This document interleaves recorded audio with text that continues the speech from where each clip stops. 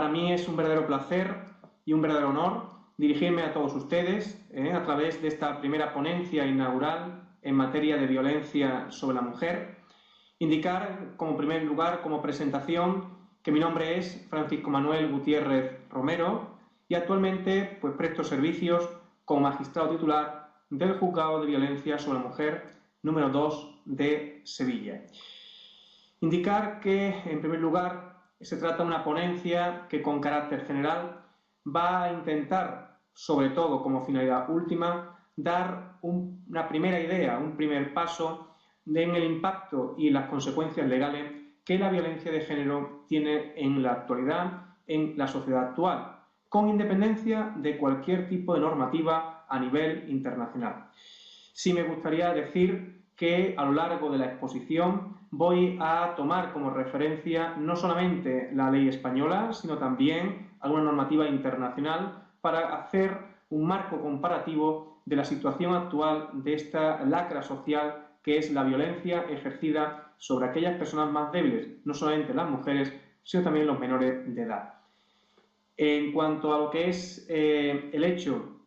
de la estructura o el sumario de dicha ponencia, me gustaría indicar que, vamos a ver en primer lugar cuál es el concepto que se entiende por violencia de género y a continuación vamos a ir desgranando cada una de las consecuencias que va a producir dicho concepto. Por un lado, vamos a ver el tratamiento y la evolución del mismo a lo largo del tiempo hasta llegar al tiempo actual, donde ya la violencia ha dejado de ser un ámbito meramente privado para convertirse en un ámbito muchas veces externo y público, donde los poderes públicos deben intervenir y sobre todo donde tenemos todos nuestra función. En segundo lugar, vamos a ver también cuáles son los derechos que hoy día tienen las mujeres víctimas de violencia y sobre todo a nivel nacional. Y fundamentalmente vamos a ver algo también importante, que es cómo se puede acreditar una situación de violencia para poder obtener una serie de beneficios o ayudas, no solamente a nivel jurídico o judicial, sino también a nivel general o preventivo. Vamos a comenzar en primer lugar, si es tan amable, vamos por lo menos a intentar que se vea, por favor, la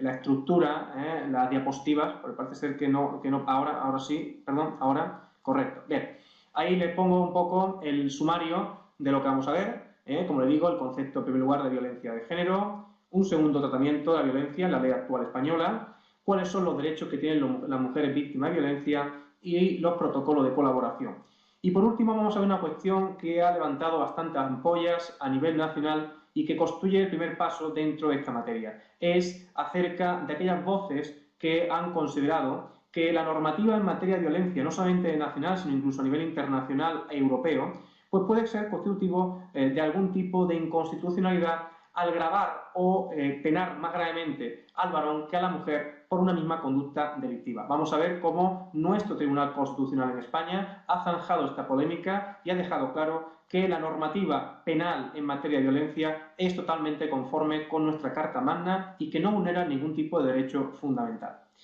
Dicho lo cual, vamos a comenzar, en primer lugar, con unas palabras que a mí siempre me gustan expedir, sobre todo para dar una idea de la complejidad de esta materia. Ya a lo largo de los años 80, hubo una escritora portuguesa, en concreto llamada María Paula Galvão García, que en su libro hacía referencia a esta utopía de la violencia y decía de forma literal que la erradicación del fenómeno de la violencia doméstica es ciertamente una utopía que la lucidez y el conocimiento de la naturaleza humana no permiten tener, pero que apoyar y dignificar a las víctimas llevará ciertamente a que vivamos en una sociedad más justa, a que vivamos en una sociedad más equitativa y sobre todo permitirá a los humillados, a los ofendidos, sin miedo y sin vergüenza decir estamos aquí. Pues efectivamente esta primera introducción de decir estamos aquí, hemos dado un paso importante en lo que quiero en primer lugar transmitiros a todos ustedes. Hay que decir que la violencia no era, sobre todo a principios de siglo, un problema que afectase fundamentalmente a nivel social o judicial. Era un problema que se tapaba, era un problema que se consideraba que afectaba al ámbito privado y que como tal ámbito privado había que indicar que no había ni siquiera posibilidad de que el órgano judicial o que el juez o que incluso la policía se metiera a ver qué es lo que había ocurrido en la intimidad de esa pareja. Pues bien, este fenómeno se ha ido elaborando, se ha ido evaluando, se ha ido produciendo una importante afección, de manera que ya se ha considerado que la violencia de género no es un problema que afecte única y exclusivamente al ámbito privado, sino que por el contrario, como dice nuestra ley integral a la que luego nos referiremos, es el símbolo más brutal de la desigualdad existente en nuestra sociedad. Es tal que incluso la ONU, en un informe elaborado en el año 95, viene a decirnos que la violencia contra las mujeres es el crimen más encubierto y el más extendido del mundo, lo que revela la magnitud de este fenómeno criminal. Es decir, hay crímenes como son el tráfico de droga, la explotación sexual, el tráfico de personas, el tráfico de armas, que evidentemente ocupaban un ranking importante dentro de la delincuencia a nivel internacional. Pues bien, no nos engañemos que también la violencia contra las mujeres es uno de los crímenes más encubiertos y más extendido a lo largo del mundo. Algunos con nombres distintos, como vamos a ver a continuación, con usos lingüísticos distintos, pero en definitiva la esencia del problema es el mismo. Incluso nuestro Tribunal Supremo, que es nuestra mayor instancia judicial en España, en el año 2000 ya se pronunció diciendo que evidentemente la violencia era un problema de primera magnitud y que no es un problema que afecte a la intimidad de la pareja, sino que afectaba a otros valores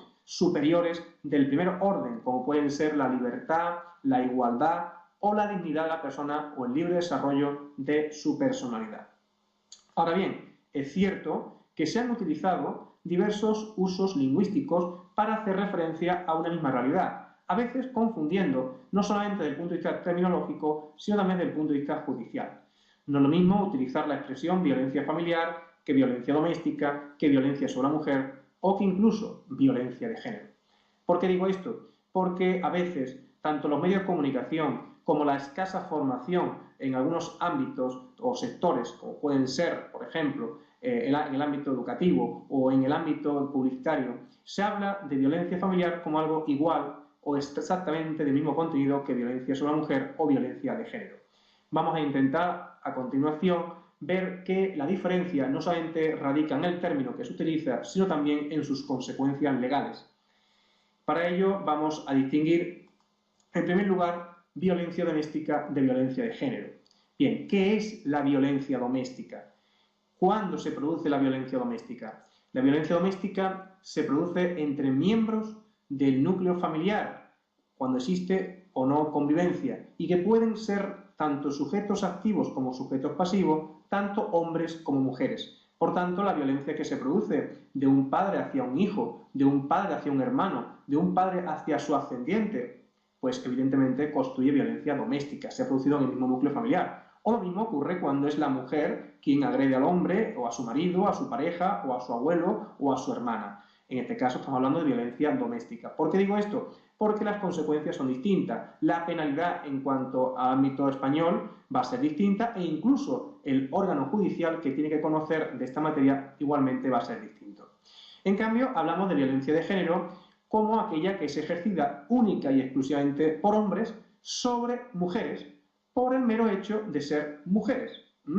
Por tanto, esto es una primera diferencia esencial. La violencia de género únicamente se puede ejercer cuando el sujeto activo es varón y cuando el sujeto pasivo es mujer. Mujer con la cual, evidentemente, debe haber una finalidad o algún tipo de objetivo. Como dice nuestro Tribunal Supremo, la violencia de género tiene como fin controlar a la mujer y mantenerla en una posición de subordinación.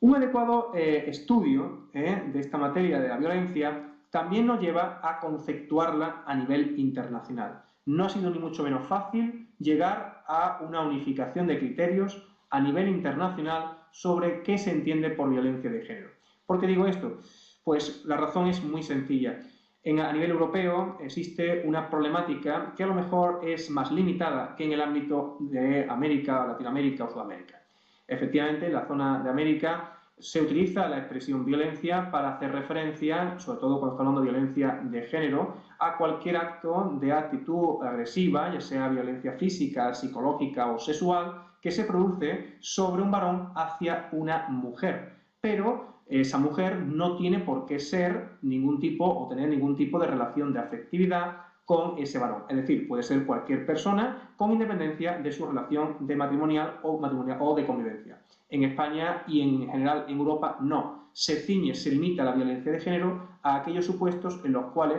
existe o ha existido una relación de matrimonio o una relación de afectividad entre ese hombre y esa mujer. De manera que no cualquier acto de un varón hacia una mujer constituye una violencia que es objeto de tratamiento en nuestro derecho o incluso a nivel de la Unión Europea en el ámbito de la violencia de género. Sin embargo, ya a nivel internacional podemos decir que existieron muchísimas medidas para erradicar la violencia sobre las mujeres. Así podemos citar, por ejemplo, la Convención sobre la Eliminación de todas las formas de discriminación contra la mujer de 1979. Fíjense, desde el año 79 ya estamos con resoluciones, directrices, directivas, incluso reglamentos, incluso declaraciones institucionales. O, por ejemplo, la Conferencia de Derechos Humanos de Viena del año 93, o la resolución de la Comisión de Derechos Humanos de Naciones Unidas del año 97, o incluso la directiva del año 2006 a nivel de la Unión Europea del Parlamento Europeo relativo a la aplicación del principio de igualdad de oportunidades entre hombres y mujeres en asuntos de trabajo o empleo. Pero bien, a lo que nos interesa a nosotros actualmente a lo largo de esta exposición, vamos a centrarnos en un concepto que ha sido básico, no solamente a nivel nacional, sino también a nivel internacional, para definir y delimitar el concepto de violencia de género. A nivel internacional se celebró en el año 95 en Beijing una conferencia mundial sobre la erradicación de la violencia sobre la mujer, en el cual se da un primer concepto de qué es la violencia. Y nos dice esa declaración internacional que la violencia es cualquier acto de violencia basado en el género que tiene como resultado o que es probable que tenga como resultado unos daños o sufrimientos físicos, sexuales o psicológicos para las mujeres, incluyendo las amenazas de dichos actos, la coacción o la privación arbitraria de libertad, tanto en la vida pública como en la vida privada. Fíjense que es un concepto bastante amplio, donde no solamente ya se limita al ámbito privado de la relación de afectividad o relación matrimonial, sino que también se extiende al ámbito público. Son muchísimos los asuntos, los casos en los cuales las mujeres son víctimas de supuestos acosos sexuales, de abusos o incluso de sufrimiento psicológico como consecuencia de un comportamiento de un compañero de trabajo o un compañero o cualquier otra persona del otro sexo, en este caso varón, que intenta ejercer sobre ella una manipulación o un control o subordinación. Pues bien, a este nivel se suele ampliar esta declaración o este concepto, incluyendo tanto el ámbito privado como también el ámbito público. Esa normativa internacional nos ha servido a nosotros para ver qué se entiende por género. ¿Qué se entiende por género? El género tiene su origen en la discriminación entre el hombre y la mujer, pero una discriminación que no está su origen en el sexo, en el género humano, ni tampoco en el ámbito gramatical, sino que la discriminación viene derivado de una relación o de una relación estructural básica que ha existido durante mucho tiempo, donde evidentemente la existencia de un patriarcado, de una existencia correcta y concreta, de una actitud machista en muchos casos, ha determinado que en la sociedad actual existan unos estereotipos totalmente enmarcados por una situación en muchos casos de desigualdad y de discriminación. De ahí el origen de la terminología o del término género. Evidentemente, en Europa y en España, su aplicación se limita al ámbito de la relación de pareja o expareja y, en su caso, son los hijos menores, como hemos dicho con anterioridad. La primera cuestión que se plantea es qué ocurre con aquellas personas del mismo sexo, los homosexuales, ya sean del lado de la mujer o del lado del varón. En estos casos de homosexuales, ¿qué situación o cómo quedan amparados? En este sentido, ya nuestra legislación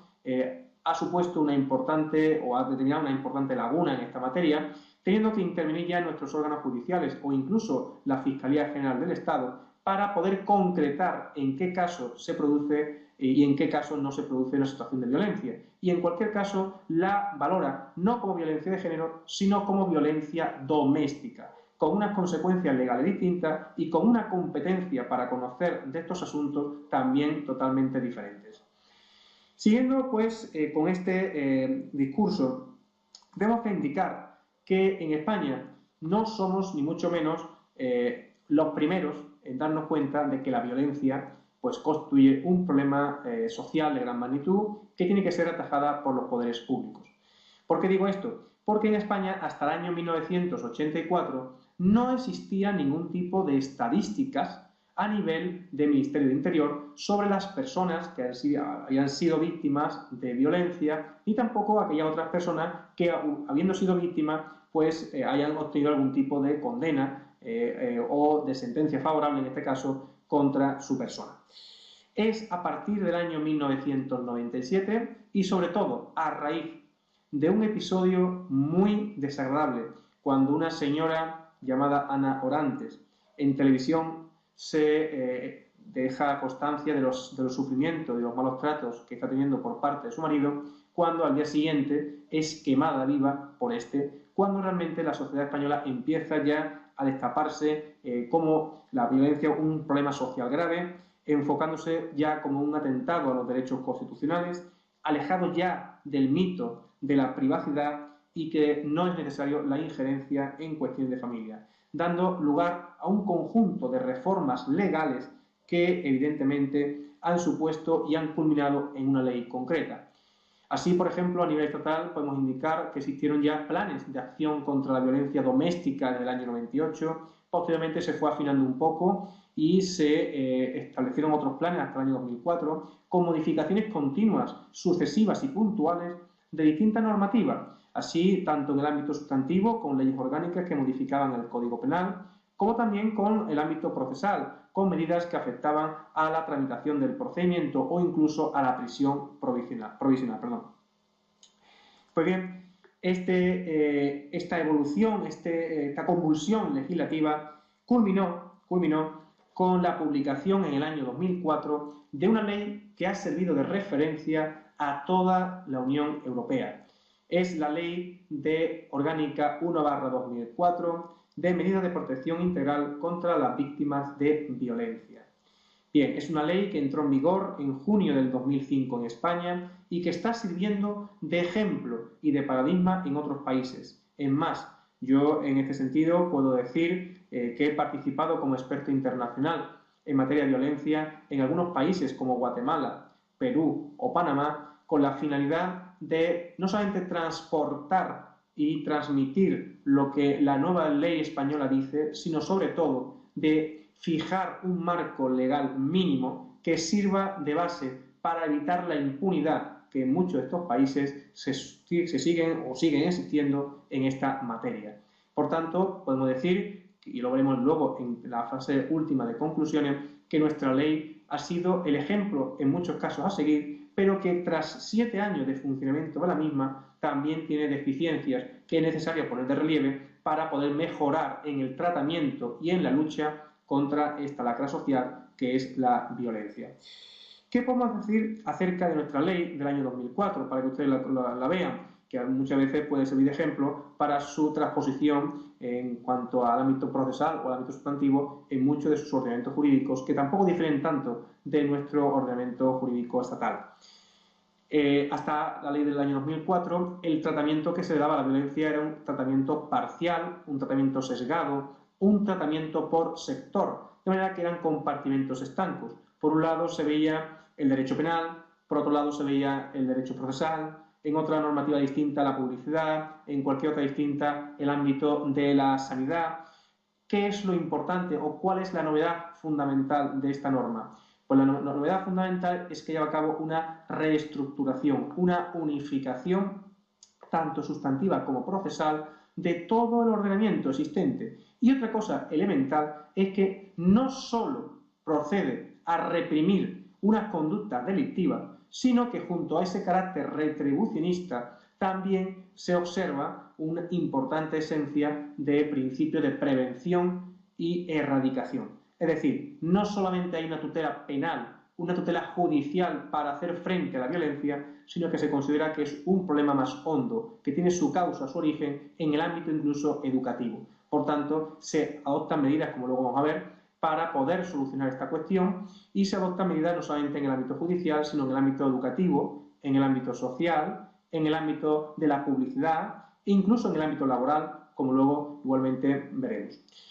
La estructura, bueno, no nos interesa mucho, pero sí decir que va a crear una serie de órganos específicos, como vamos a ver, y cuáles son las características fundamentales de la ley. Pues las características fundamentales de esta ley 1/2004, aparte de su tratamiento integral, de su tratamiento multidisciplinar, es fundamentalmente la creación de organismos específicos. Organismos que constituyen una tutela institucional. ¿Cuáles son esos órganos? Pues se crea una delegación especial del Gobierno contra la violencia sobre la mujer y un observatorio estatal de violencia sobre la mujer. Ambos órganos tienen como función principal, sobre todo, recabar información en esta materia y ver aquellos problemas que se están produciendo en la aplicación práctica para proponer luego al legislativo, a través del adecuado informe, que se vayan modificando ciertas cuestiones que están dando problemas en la práctica. Por tanto, siempre la existencia de un observatorio es fundamental para que las normas se cumplan. El hecho de que exista un órgano encargado de recabar información de los distintos órganos, no solamente judiciales, sino también aquellos otros que intervienen en este ámbito de la violencia, como pueden ser los servicios sociales, como pueden ser los servicios sanitarios o cualquier otro en el ámbito policial, es fundamental para detectar en cada momento cuál es la situación que se está produciendo, porque la violencia no es un fenómeno estanco, sino que va evolucionando. Actualmente, por ejemplo, el hecho del Internet o de los medios de comunicación o las redes sociales hacen que estemos viendo la necesidad de reformar nuestro Código Penal para que poco a poco se vayan acogiendo aquellas otras conductas delictivas que estamos viendo que casi a diario se producen en los juzgados de violencia, y es el hecho de utilizar las redes sociales como un mecanismo o una herramienta más para manipular y someter a la víctima con una serie de medidas, de fotos, de comentarios despectivos, vejatorios, hechos con publicidad que suponen un acoso o un hostigamiento hacia la persona de dicha víctima. Junto a esos organismos que constituyen una tutela institucional, también se han creado órganos judiciales especializados. Son los llamados juzgados de violencia sobre la mujer. En este sentido, me sorprendió muchísimo en esta materia, es una anécdota que me gustaría relatar, que cuando estuve en Ciudad de Guatemala, no hace mucho, en el año 2011, una de las funciones primordiales que el gobierno pretendía era la instauración y la creación de unos juzgados específicos que conocieran de violencia. Órganos específicos que, aunque fueran por distritos o por secciones, pues por lo menos conocieran de estas materias tan específicas que era la violencia. El problema que se planteaba era qué competencias tenían que tener este tipo de juzgados.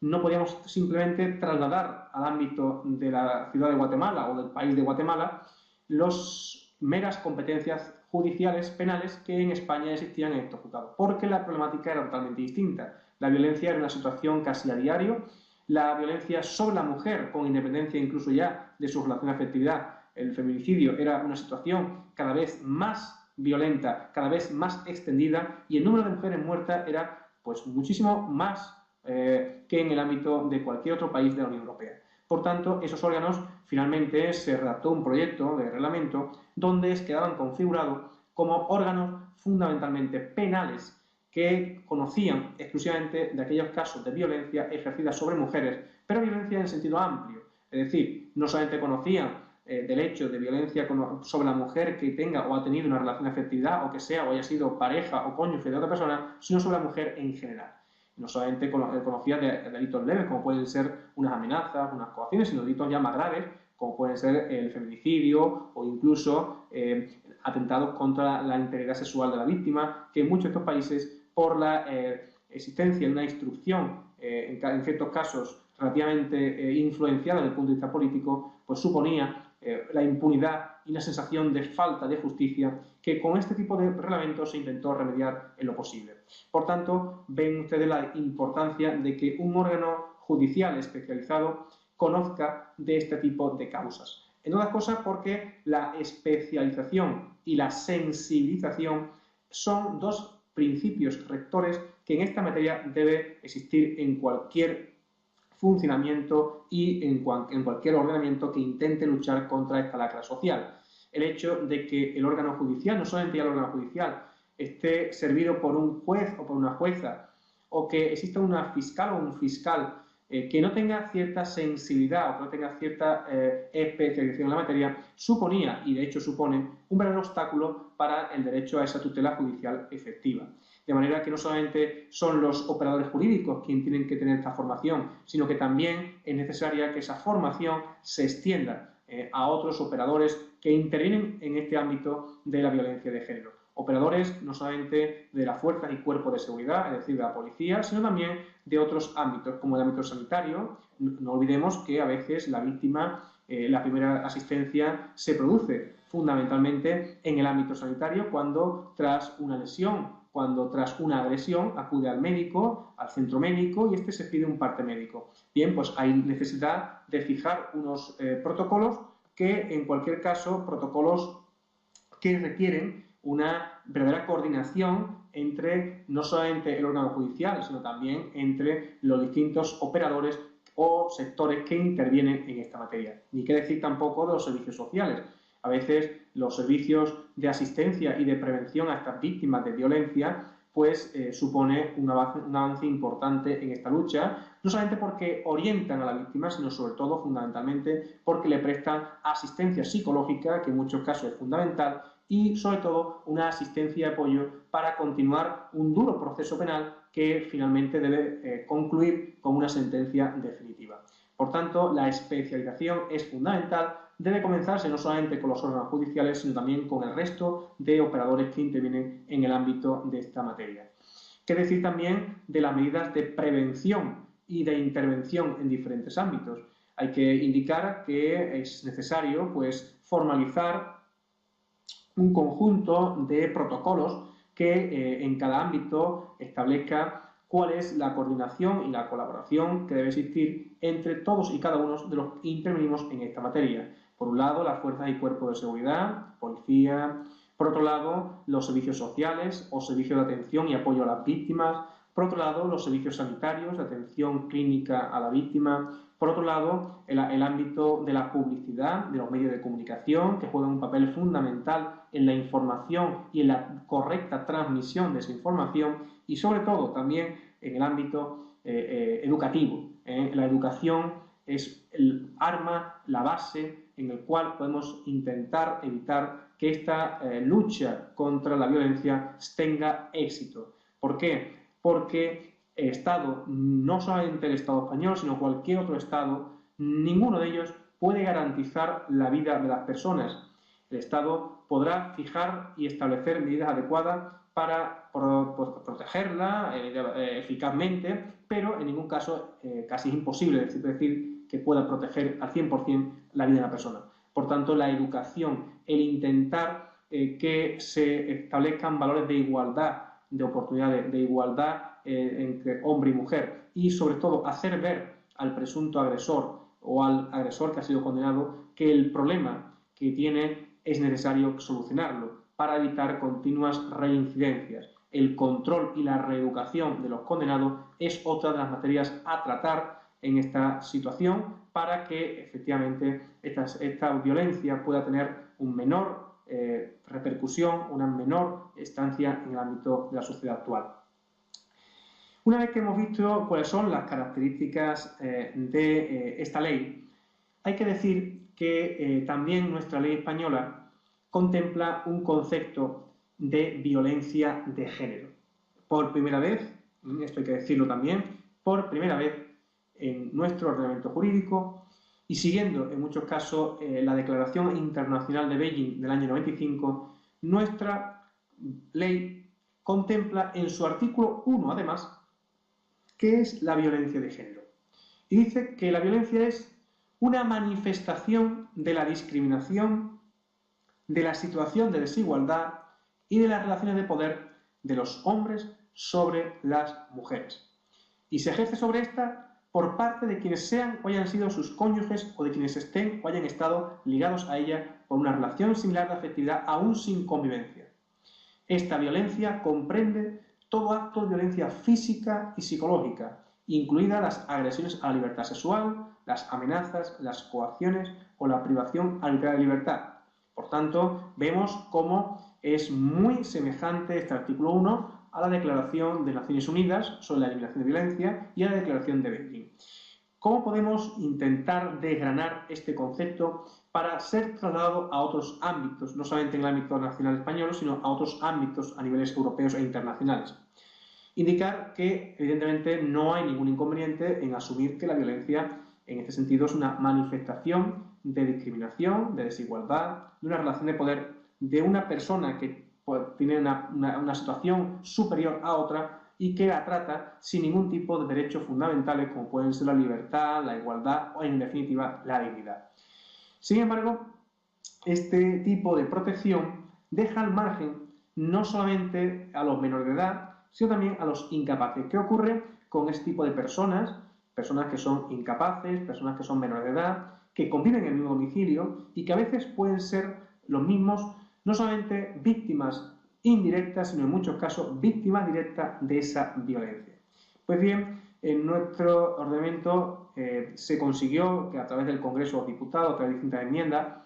pues se lograra que la violencia pues se abarcara o se extendiera no solo a la mujer, sino también a otras personas igualmente débiles en esta materia, que a veces no tenían capacidad suficiente para defenderse por sí mismos. Eran los menores de edad o los incapaces. Y a través de una llamada competencia por conexión se permitió que también en España pudieran entrar dentro del concepto de violencia de género aquellas personas que, conviviendo en el mismo domicilio que la víctima, sufrían también una violencia de género, una violencia, digamos,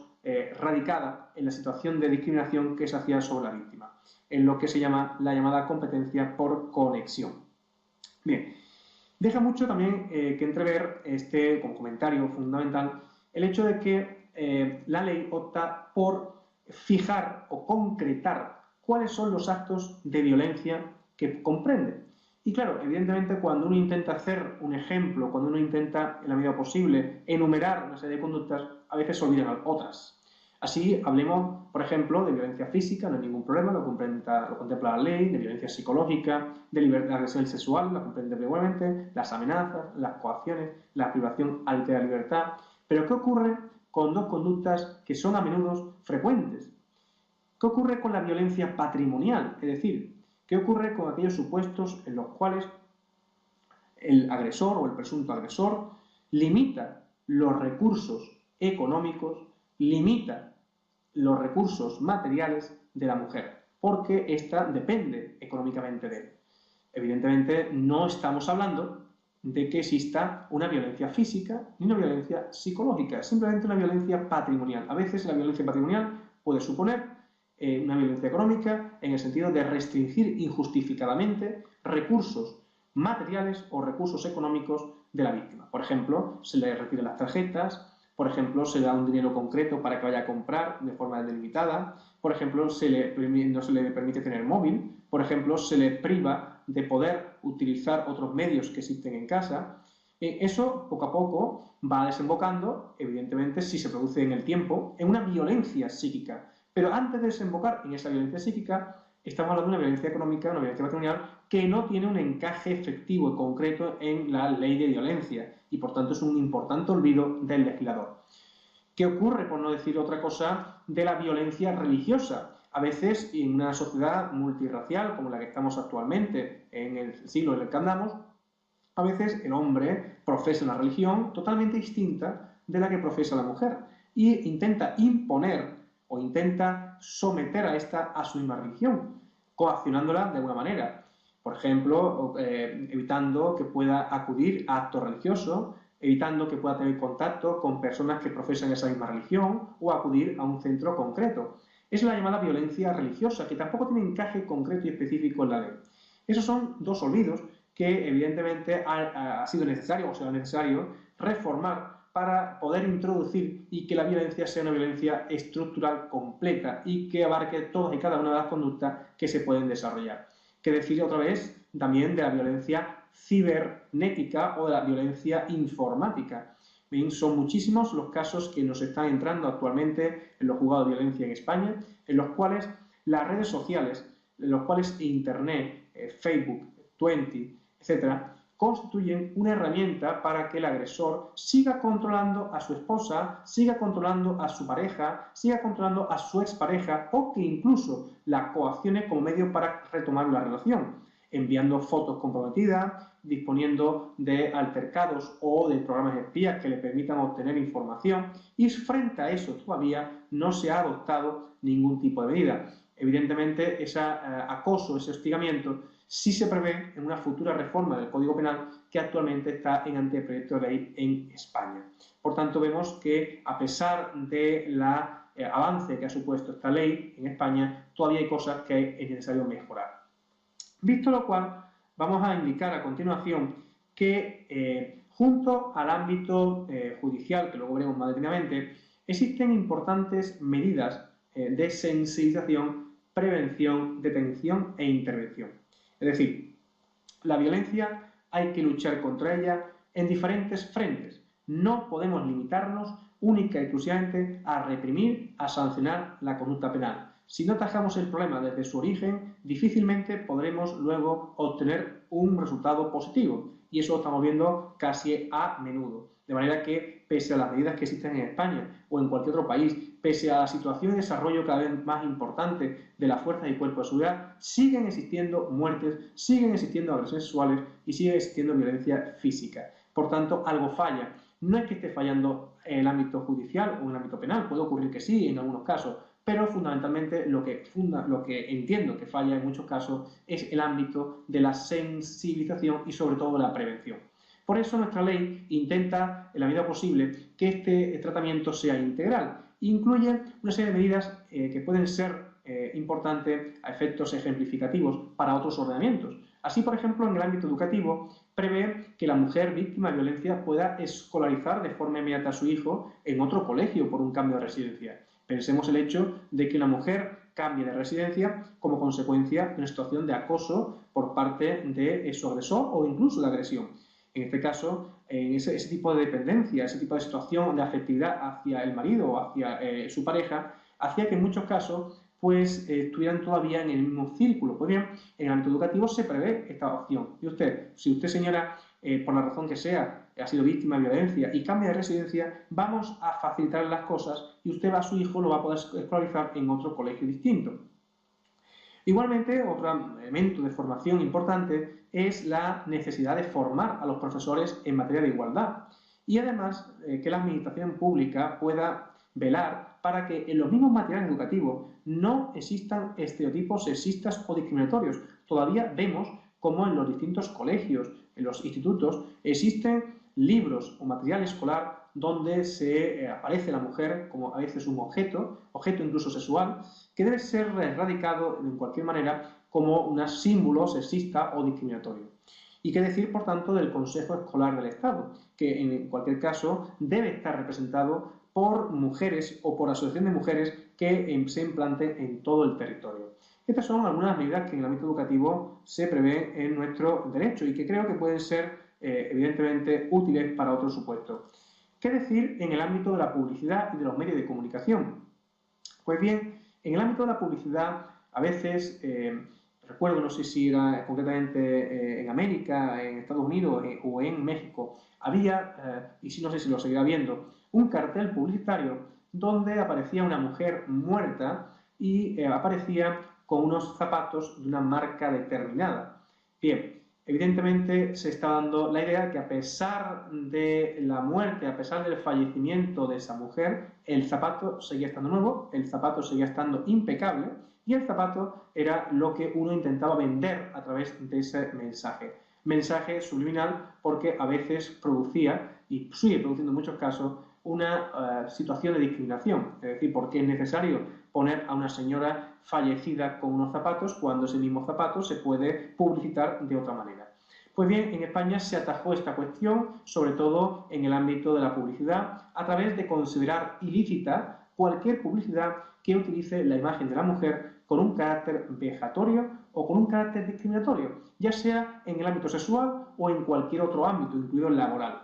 Por tanto, se prevé que se entiendan legitimados para el ejercicio de esta acción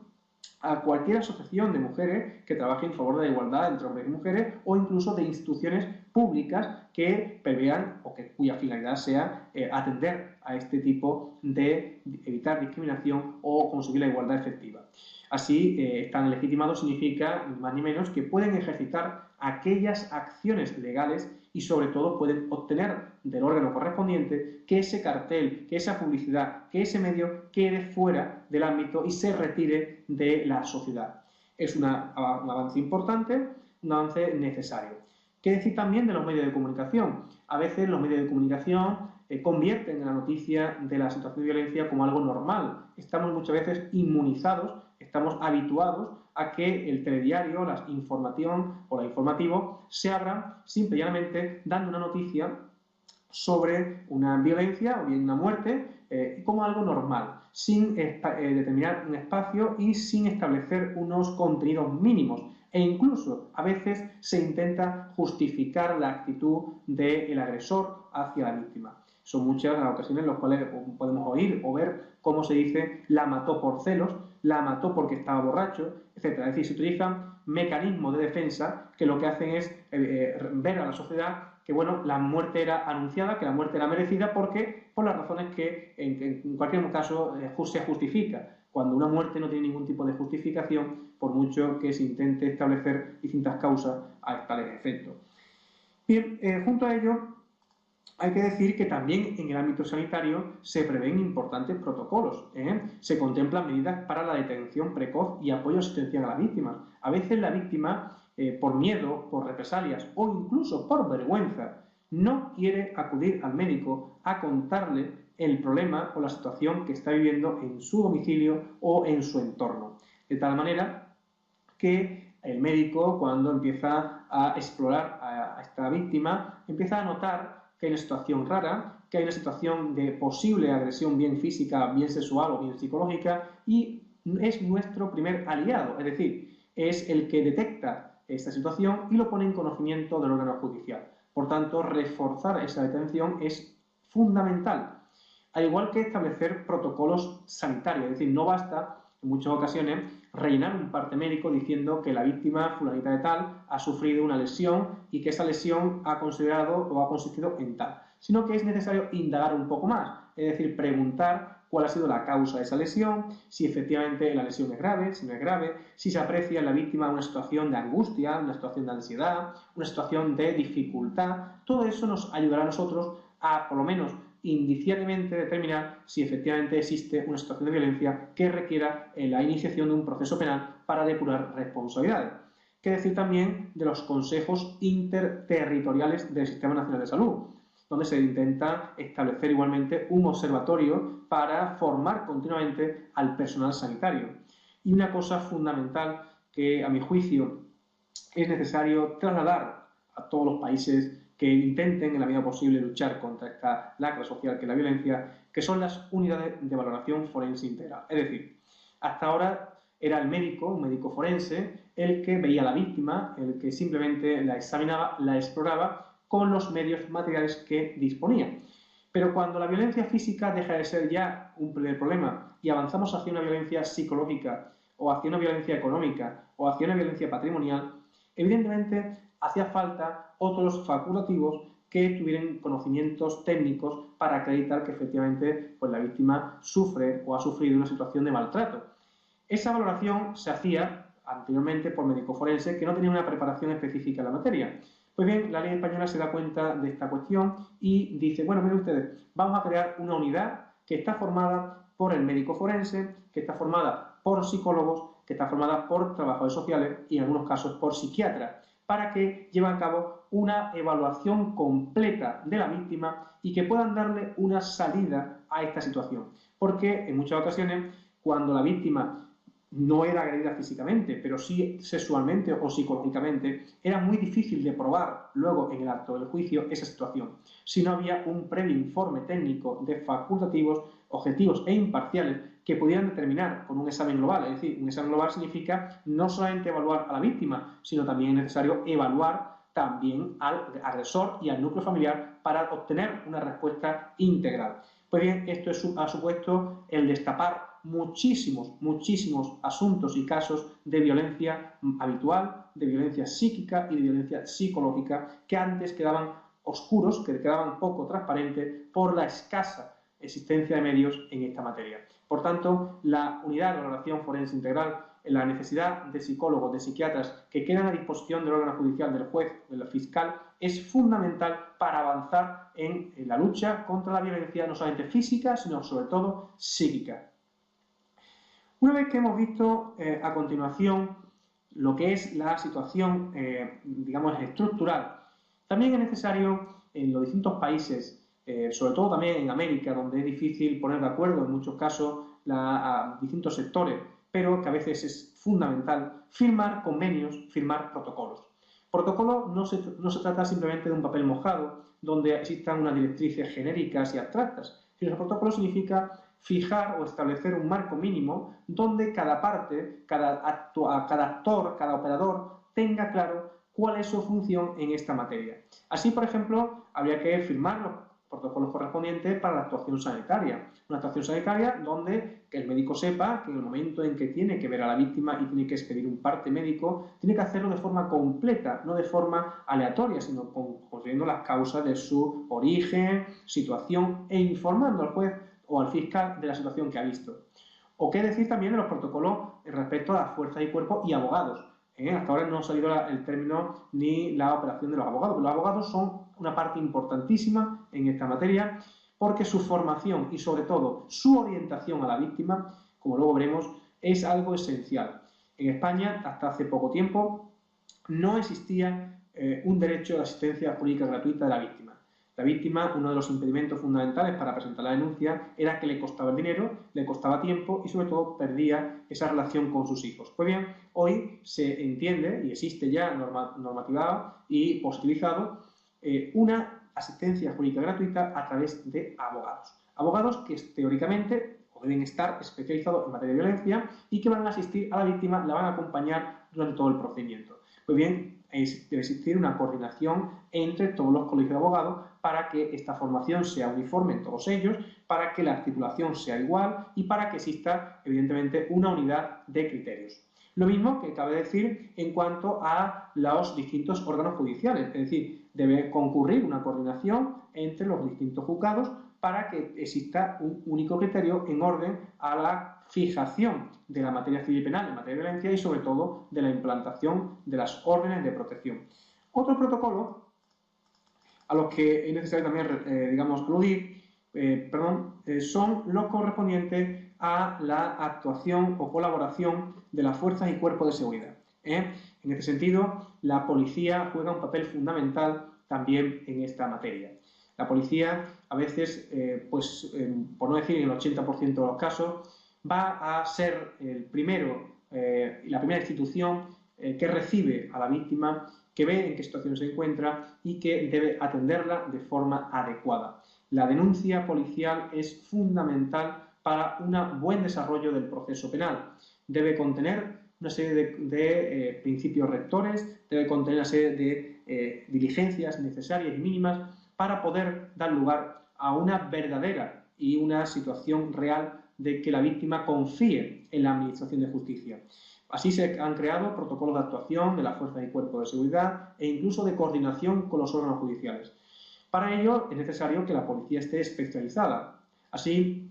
con independencia de los distintos cuerpos de policía que están en España, lo importante es que en cada uno de ellos existe una unidad, una sección que solamente contemplan o se forman en materia de violencia sobre la mujer. Es lo que se llama la Unidad de Atención a la Familia de la Policía Nacional o el MUME en la Guardia Civil, que es la atención a mujeres y a menores. Esa especialización supone que la víctima tenga unos derechos, tenga un apoyo, tenga una situación de tranquilidad cuando va a presentar una denuncia, porque primero la persona que le va a recoger la denuncia, que es un policía, una o un policía, en estos casos, va a tener la suficiente especialización y la suficiente sensibilidad para atenderla adecuadamente, para explicarle en lenguaje sencillo cuáles son la situación y cuál es el informe que deben hacer acerca del desarrollo de ese procedimiento y, en definitiva, para darle una protección eficaz. Por tanto, en España también era necesario que la policía se implicara en esta materia y que hiciera informes de valoración de riesgo de la víctima. Informes que son fundamentales para que luego el juez o el fiscal pueda instar y concederse medidas de protección para poder evitar una situación de riesgo para su vida o para su integridad física. Una valoración policial de riesgo que debe hacerse de forma real, con una contemplación de diligencias totales, es decir, no solamente con la declaración de la víctima o con la declaración del denunciado, sino también con otras diligencias como la inspección ocular, como por ejemplo las testificales, como por ejemplo la diligencia de antecedentes penales, de condenas anteriores, etcétera, etcétera, etcétera, que todo ello confiere un conjunto al atestado que permite al juez luego adoptar las medidas necesarias para proteger a esa víctima. Pues bien, una vez que hemos visto lo que es la situación actual de la violencia, nos queda por ver, con carácter previo, antes de finalizar esta primera ponencia, cuáles son los derechos que deben tener las mujeres víctimas de violencia. Una de las cuestiones fundamentales que se había planteado hasta ahora era el hecho de que la mujer, cuando denunciaba, se arriesgaba a perder su condición de afectividad con respecto al varón, pero aparte de eso, que le preocupaba, pero no tanto, también le preocupaba a sus hijos y sobre todo su situación económica. Por tanto, se había demostrado, se había acreditado a través de distintas estadísticas, distintos informes, que la mujer no daba el paso de denunciar porque no tenía dónde ir, porque dependía económicamente de su marido, porque tenía miedo por sus hijos. Pues bien, una protección integral de la misma contemplaba no solamente derechos jurídicos, judiciales, sino también otro tipo de derechos para permitir que la mujer pudiera avanzar más y presentar esa correspondiente denuncia. Así se habla de que la mujer tendrá en primer lugar un derecho de acceso a la información y a la asistencia social integral, es decir, va a ser asistida desde el primer momento por un servicio de apoyo a la víctima, por un servicio de atención a la víctima, con los correspondientes psicólogos y facultativos que la van a tratar desde el primer momento, la van a ir encauzando para que una víctima pueda dar todo lo que lleva dentro en cuanto a lo que ha padecido. Si nos limitamos simplemente a lo que ocurrió en el día de ayer, a lo que ocurrió hace dos días, nos estamos quedando en lo superficial, cuando a veces la víctima cuenta que lleva padeciendo malos tratos y sobre todo violencia desde hace mucho tiempo. Por tanto, sin una adecuada asistencia psicológica, esa víctima no será capaz de dar el paso de explicar cuestiones que son muy íntimas de su vida y que es necesario que haya una persona que pueda confiar en la misma. Evidentemente también tendrán derecho a una asistencia jurídica gratuita, como he puesto anteriormente. Incluso esta medida se extiende a los perjudicados en el caso de fallecimiento de la víctima, es decir, en el supuesto en que la víctima fallezca, bien por razón de la agresión o por cualquier otra causa, en este caso la asistencia jurídica gratuita, es decir, la que paga el Estado, se extiende también a los perjudicados, especialmente a sus hijos, lo cual también es importante a tales efectos. También es necesario resaltar importantes derechos laborales o de prestación de seguridad social. En este sentido, por ejemplo, cuando la víctima desempeña un puesto de trabajo en cualquier tipo de empresa, cuando es víctima de violencia, y lo hay a todos los niveles, no solamente a nivel bajo, nivel adquisitivo bajo, sino a nivel adquisitivo medio o incluso alto, se le permite cambiar de puesto de trabajo o incluso de lugar de empresa, o incluso se le permite faltas puntuales o llegar más tarde o un horario distinto para evitar esa situación todavía más de victimización secundaria que le puede producir en su ámbito laboral.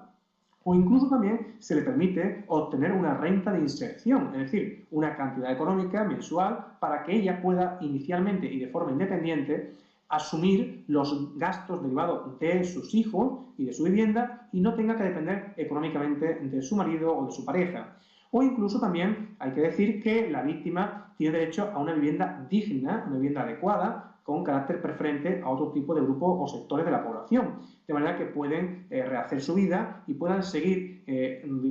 rehabilitándose tras ese tipo de violencia que en muchos casos produce efectos irreparables en la mente y en la situación psicológica de la víctima. Por tanto, hay que quedarnos con la idea de que la víctima, sin un tipo o un catálogo de derechos que contemplen y que completen la tutela judicial y la respuesta penal, no es posible que pueda salir de la violencia. Por lo tanto, es una cuestión que también hay que tratar. Por último, indicar, antes de acabar, cómo en España se puede acreditar documentalmente la situación de violencia. Pues hay fundamentalmente dos modos. Uno, a través de la resolución judicial en la cual se acuerda la orden de protección, ese es el título legitimador que la víctima va a las distintas administraciones para obtener las correspondientes ayudas que hemos visto, o bien puede obtener también un informe del Ministerio Fiscal que diga que la existencia de indicios, que efectivamente esa víctima puede ser o es la realidad objeto de violencia y que no se ha dictado una orden, pero puede ocurrir que no sea necesaria la misma. Por tanto, existen dos modos de obtener o de acreditar esa violencia: una resolución judicial o un informe del Ministerio Fiscal. Y finalmente, a aludir a una cuestión que también ha planteado muchas dudas en la práctica. Es decir, la entrada en vigor de nuestra ley pues supuso diversas ampollas en el ámbito doctrinal y sobre todo en el ámbito de distintas asociaciones, diciendo que la ley era anticonstitucional porque se penaba más gravemente al varón que a la mujer por la misma conducta delictiva. De manera que fueron muchísimas las cuestiones que se plantearon a nuestro Tribunal Constitucional, el cual de forma tajante ha zanjado la cuestión diciendo que, mire usted, las agresiones, las amenazas del varón hacia la mujer, que es o que ha sido su pareja, tiene una gravedad mayor que cualquier otra en el mismo ámbito relacional, y que no es el género, no es el sexo en sí lo que supone esta discriminación, sino que evidentemente es otro tipo de cosa, es el carácter especialmente lesivo de estos hechos a partir del ámbito relacional en el que se produce, y es la situación de grave y arraigada desigualdad lo que permite que el legislador pueda agravar más una conducta que es la que se produce de la mujer hacia el varón, perdón, del varón hacia la mujer, que por el contrario la que se pueda producir y que estadísticamente es inferior de la mujer hacia el varón. Y declara constitucional todos los preceptos de la ley en los cuales se planteaba su contrariedad a los derechos fundamentales de igualdad de la Constitución, como era el delito de lesiones o el delito de amenazas. Finalmente, decir, como valoraciones y conclusiones, que evidentemente estamos en un paso importante en la lucha contra la violencia, que es necesario la especialización de los profesionales que intervienen en el ámbito y que es necesario igualmente crear órganos específicos para que conozcan esta situación, de este problema tan complejo que no es ni mucho menos sencillo como la violencia, que es necesario un tratamiento integral de la misma, que no se puede quedar en compartimentos estancos y que no es posible simplemente sancionar, sancionar y sancionar. Aparte de sancionar, hay que reeducar. Y aparte de reeducar, hay que fundamentalmente tener en cuenta que esa reeducación, lleva consigo que la respuesta judicial mejore, que se incremente el número de denuncias y que haya una mayor confianza en la administración de las mujeres, sobre todo de justicia, por parte de las víctimas, mujeres migrantes, y que finalmente, junto a ese aspecto positivo que ha supuesto esta normativa en España, también hay que decir, y desde el punto de vista es necesario resaltar, que se producen aspectos negativos, claro está, y para eso estamos, para intentar mejorar. ¿Cuáles son, a mi juicio, estos aspectos negativos? Pues los aspectos negativos, por un lado, es necesario que se cree juzgado exclusivo en todos los partidos judiciales. No es suficiente que en España existan solo juzgados exclusivos en las capitales de provincia. ¿Qué ocurre con el ámbito rural? El ámbito rural lo tenemos abandonado. Es necesario que existan juzgados exclusivos también en el ámbito rural, porque el tratamiento de la víctima debe ser igual en todo el territorio del Estado, no solamente en las capitales de provincia. Es necesario implantar servicios de guardia, de manera que cuando a la mujer los hechos le ocurren a las 5 de la tarde, no tenga que esperar al día siguiente, sino que haya un servicio de guardia que la atienda adecuadamente y que le dé una respuesta adecuada. Es necesario que existan oficinas de atención a las víctimas y que existan unidades de valoración forense integral en todos los partidos judiciales. Vuelvo a reiterar, en los partidos judiciales que están en el ámbito rural, los más lejanos a la capital, sufren todavía esta falta de recursos materiales, esta falta de recursos institucionales, que es necesario y que suponen un perjuicio para la víctima de ese lugar. Y por último, también hay que decir que es necesario, y esto sí que vuelvo a reincidir, hasta ahora siempre hemos hablado de víctimas, siempre hemos hablado de la víctima, de la víctima, de la víctima. Bien, también es necesario atajar e incidir en el problema del delincuente. Mientras no exista y se generalicen programas de tratamiento, programas de rehabilitación para este tipo de condenados, no se pondrá o no supondrá un avance en la lucha contra esta materia. ¿Por qué? Porque el delincuente, que es objeto de una condena por acto de violencia, sigue viendo a su pareja, sigue viendo a la mujer como la causa de su condena, como la consecuencia que le ha producido que vaya a prisión o que se haya condenado. Y por tanto va a incrementar su ánimo de venganza, su ánimo de represalia, y eso va a dar lugar a que luego posiblemente se cometan delitos más graves. Por eso hay que incidir en estos programas de rehabilitación y hacerle ver al condenado, al agresor, que el problema es suyo, no de su pareja, que el problema hay que controlar, que sus impulsos lo tiene que controlar y que ese problema es perfectamente solucionable. Esto dará lugar a que se evite en muchos casos la reincidencia delictiva, y esa reincidencia delictiva pues supondrá un avance y una mejoría en la protección de la víctima.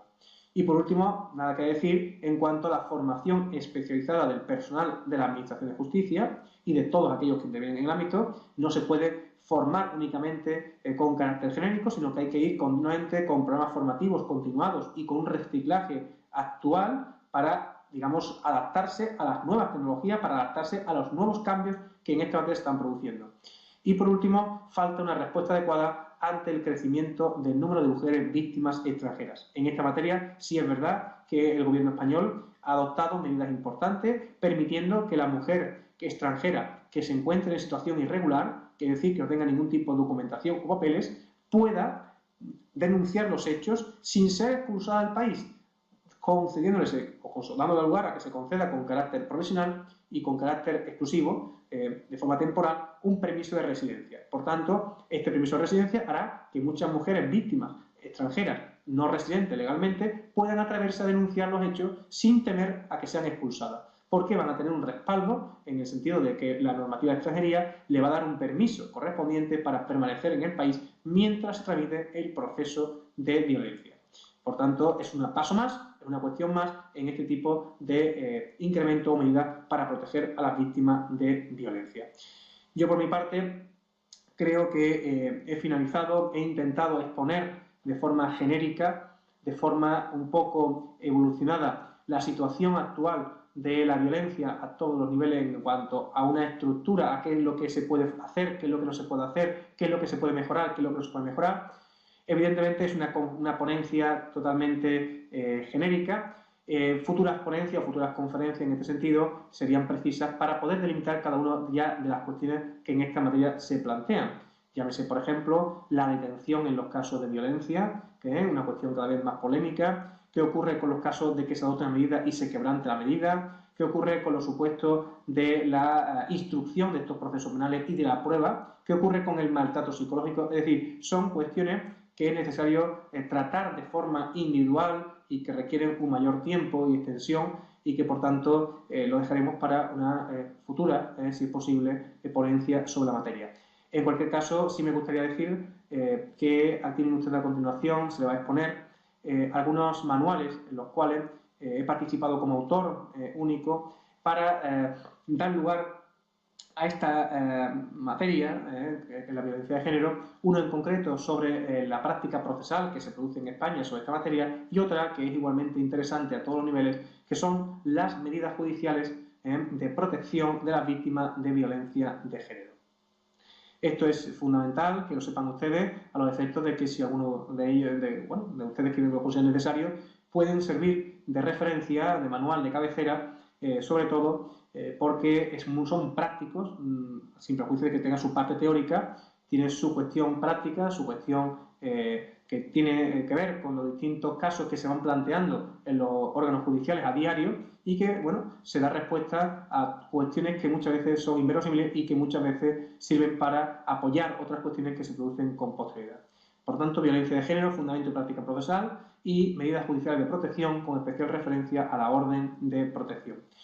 Muchísimas gracias por su atención, y cualquier duda, cualquier reflexión, cualquier debate que consideren oportuno, me lo pueden hacer llegar a través del chat, si no tienen ningún inconveniente. Muchas gracias.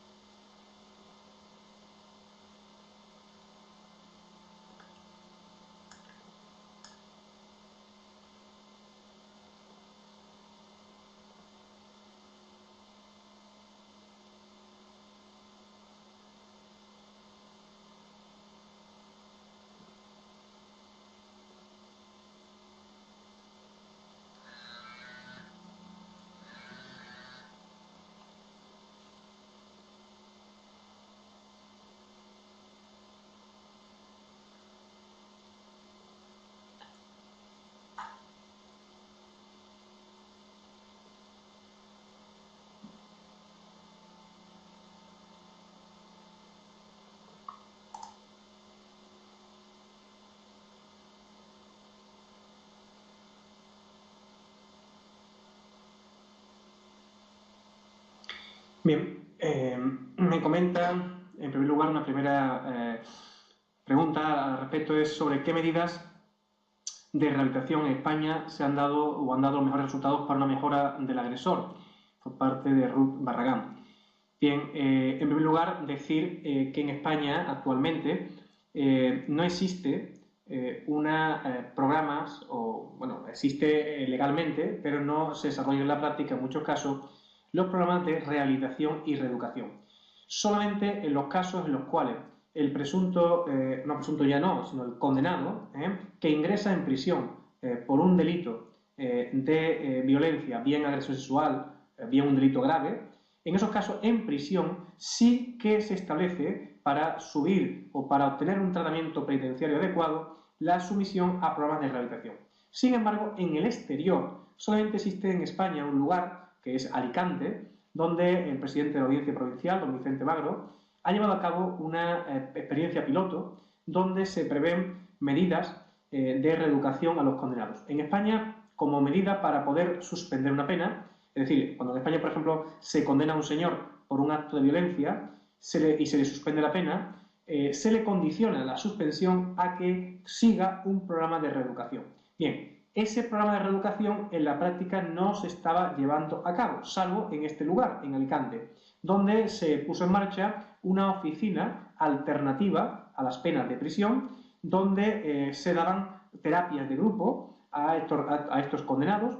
donde se les hacía ver que tenían que controlar sus impulsos, que el problema de la situación que generaba era suyo y en esta situación se ha producido una mejoría importante porque ha habido casi un 90% que no ha vuelto a reincidir. Esta experiencia piloto es la que se intenta ahora aplicar en otros lugares, en otros sitios del territorio español, sobre todo porque vemos que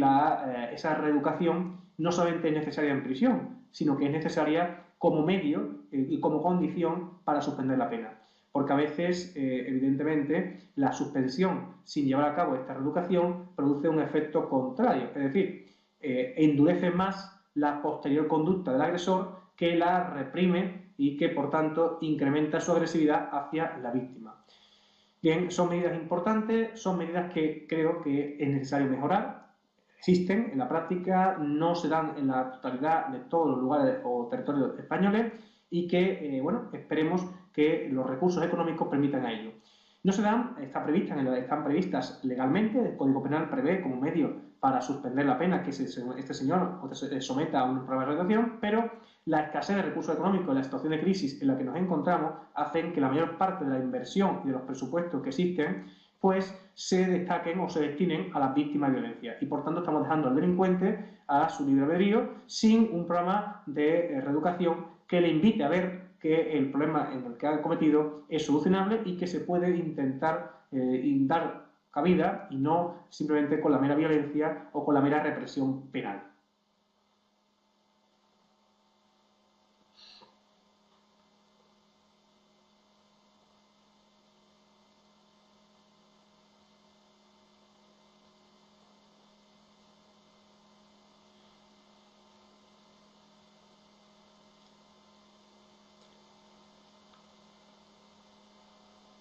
Muchas gracias, doña Ruth.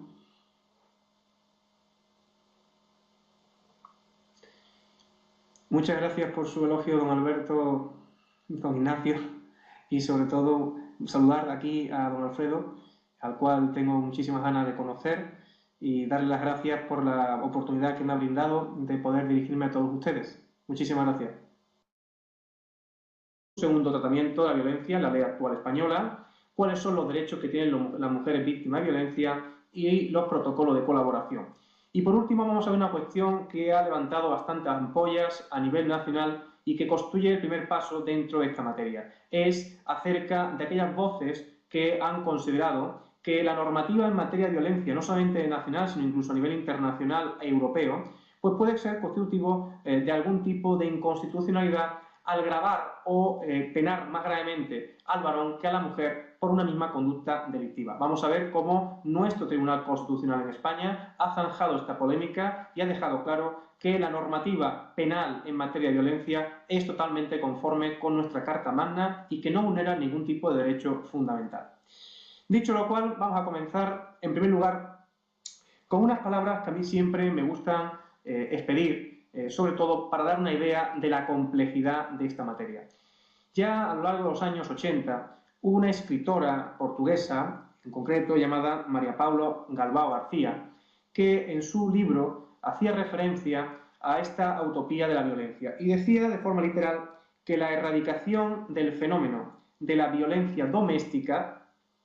es ciertamente una utopía, que la lucidez y el conocimiento de la naturaleza humana no permite. La ONU, en un informe elaborado en el año 95, viene a decirnos que la violencia contra las mujeres es el crimen más encubierto y el más extendido del mundo, lo que revela la magnitud de este fenómeno criminal. Es decir, hay crímenes como son el tráfico de droga, la explotación sexual, el tráfico de personas, el tráfico de armas, que evidentemente ocupaban un ranking importante dentro de la delincuencia a nivel internacional. Pues bien, no nos engañemos que también la violencia contra las mujeres es uno de los crímenes más encubiertos y más extendido a lo largo del mundo. Algunos con nombres distintos, como vamos a ver a continuación, con usos lingüísticos distintos, pero en definitiva la esencia del problema es el mismo. Incluso nuestro Tribunal Supremo, que es nuestra mayor instancia judicial en España, en el año 2000 ya se pronunció diciendo que evidentemente la violencia era un problema de primera magnitud y que no es un problema que afecte a la intimidad de la pareja, sino que afectaba a otros valores superiores del primer orden, como pueden ser la libertad, la igualdad o la dignidad de la persona o el libre desarrollo de su personalidad. Ahora bien, es cierto que se han utilizado diversos usos lingüísticos para hacer referencia a una misma realidad, a veces confundiendo, no solamente desde el punto de vista terminológico, sino también desde el punto de vista judicial. Vamos a ver, en primer lugar, cuál es el concepto que se entiende por violencia de género y, a continuación, vamos a ir desgranando cada una de las consecuencias que va a producir dicho concepto. Por un lado, vamos a ver el tratamiento y la evolución del mismo a lo largo del tiempo hasta llegar al tiempo actual, donde ya la violencia ha dejado de ser un ámbito meramente privado para convertirse en un ámbito muchas veces externo y público, donde los poderes públicos deben intervenir y sobre todo donde tenemos todos nuestra función. En segundo lugar, vamos a ver también cuáles son los derechos que hoy día tienen las mujeres víctimas de violencia y sobre todo a nivel nacional. Y fundamentalmente vamos a ver algo también importante, que es cómo se puede acreditar una situación de violencia para poder obtener una serie de beneficios o ayudas, no solamente a nivel jurídico o judicial, sino también a nivel general o preventivo. Vamos a comenzar, en primer lugar, si es tan amable, vamos por lo menos a intentar que se vea, por favor, la estructura, las diapositivas, porque parece ser que no, ahora sí, perdón, ahora, correcto. Bien, ahí le pongo un poco el sumario de lo que vamos a ver, como le digo, el concepto en primer lugar de violencia de género. Para mí es un verdadero placer y un verdadero honor dirigirme a todos ustedes a través de esta primera ponencia inaugural en materia de violencia sobre la mujer. Indicar, como primer lugar, como presentación, que mi nombre es Francisco Manuel Gutiérrez Romero y actualmente presto servicios como magistrado titular del Juzgado de Violencia sobre la Mujer número 2 de Sevilla. Indicar que, en primer lugar, se trata de una ponencia que con carácter general va a intentar, sobre todo como finalidad última, dar una primera idea, un primer paso en el impacto y las consecuencias legales que la violencia de género tiene en la actualidad, en la sociedad actual, con independencia de cualquier tipo de normativa a nivel internacional.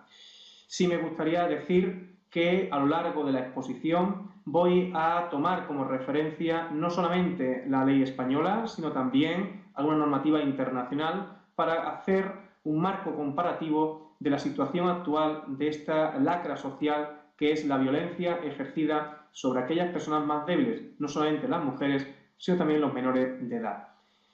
En cuanto a lo que es el hecho de la estructura o el sumario de dicha ponencia, me gustaría indicar, tener,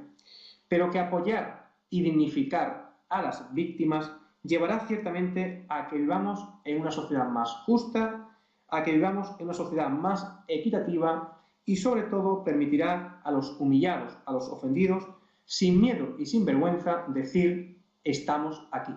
Pues efectivamente esta primera introducción de decir estamos aquí, hemos dado un paso importante en lo que quiero en primer lugar transmitiros a todos ustedes. Hay que decir que la violencia no era, sobre todo a principios de siglo, un problema que afectase fundamentalmente a nivel social o judicial. Era un problema que se tapaba, era un problema que se consideraba que afectaba al ámbito privado y que como tal ámbito privado había que indicar que no había ni siquiera posibilidad de que el órgano judicial o que el juez o que incluso la policía se metiera a ver qué es lo que había ocurrido en la intimidad de esa pareja. Pues bien, este fenómeno se ha ido elaborando, se ha ido evaluando, se ha ido produciendo una importante afección, de manera que ya se ha considerado que la violencia de género no es un problema que afecte única y exclusivamente al ámbito privado, sino que por el contrario, como dice nuestra ley integral a la que luego nos referiremos, es el símbolo más brutal de la desigualdad existente en nuestra sociedad. Es tal que incluso